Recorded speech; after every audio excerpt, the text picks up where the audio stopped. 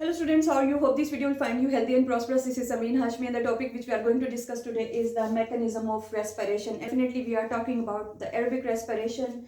Aerobic respiration is a complex series of reactions and it's a continuous process, and we can divide it into four stages or steps that are glycolysis, pyruvic acid oxidation, Krebs cycle or citric acid cycle, respiratory chain, or it can also be called as electron transport chain. So sometimes pyruvic acid oxidation may be considered as a part of Krebs cycle, and sometimes it is studied separately. Let's we discuss these steps in detail. So the first step of respiration is glycolysis. Glycolysis can take place both in the presence or absence of oxygen. So glycolysis is the step that is involved in both aerobic and anaerobic respiration. Glycolysis takes place in the cytoplasm, so all the necessary enzymes that are involved in different steps of or different reactions of glycolysis are dissolved in cytosol.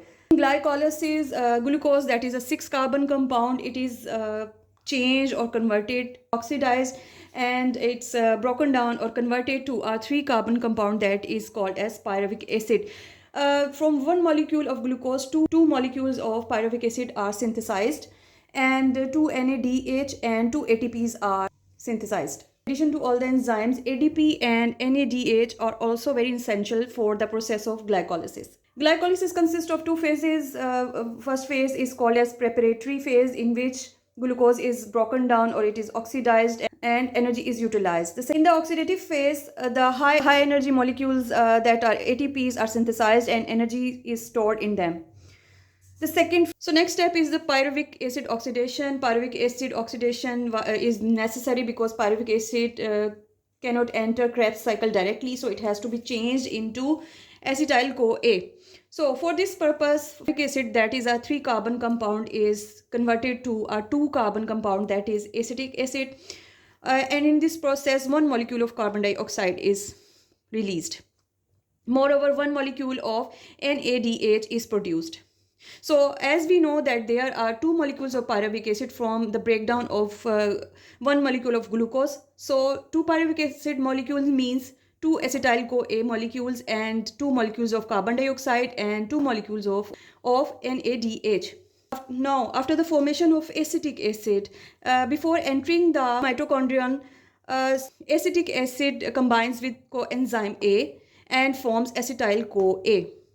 Now this compound enters the Krebs cycle, or it can also be called as citric acid cycle. So the next step is called as Krebs cycle or citric acid cycle.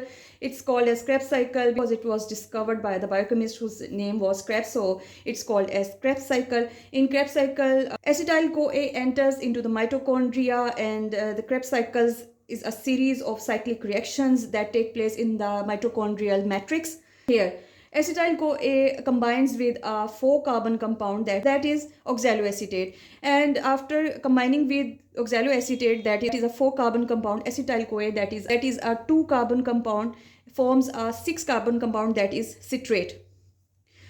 Citrate undergoes a series of reactions, and in the end, acetyl-CoA is converted into carbon dioxide. In this process, the coenzyme A is regenerated. NAD, FAD, ADP are involved. AD is also a coenzyme, stands for flavin adenine dinucleotide. As we know that there are 2 molecules of acetyl-CoA involved. So after the Krebs cycle, we will get 4 molecules of carbon dioxide, 2 molecules of ATP, 2 molecules of FADH2, and 6 molecules of NADH. And coenzyme A will be regenerated. So the next step is the respiratory chain, or it can also be called as electron transport chain.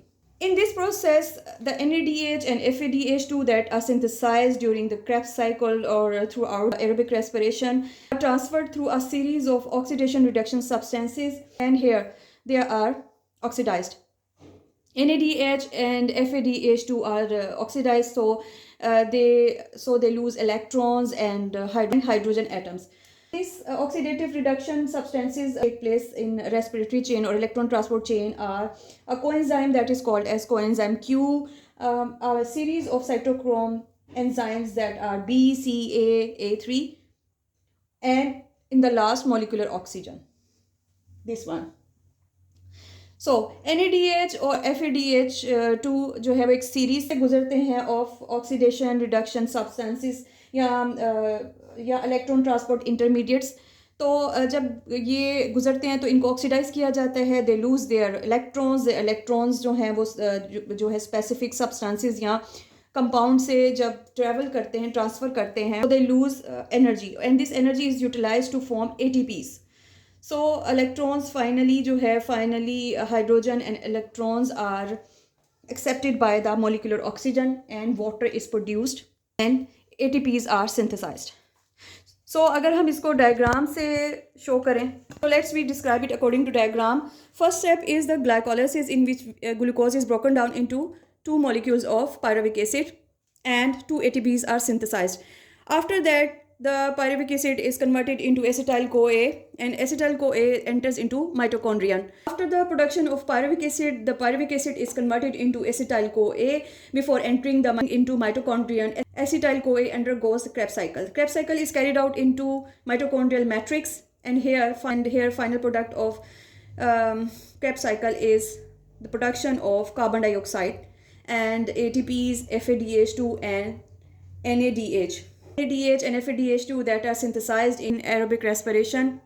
They pass through the electron transport chain and finally water molecules are produced and 36 ATPs are gained.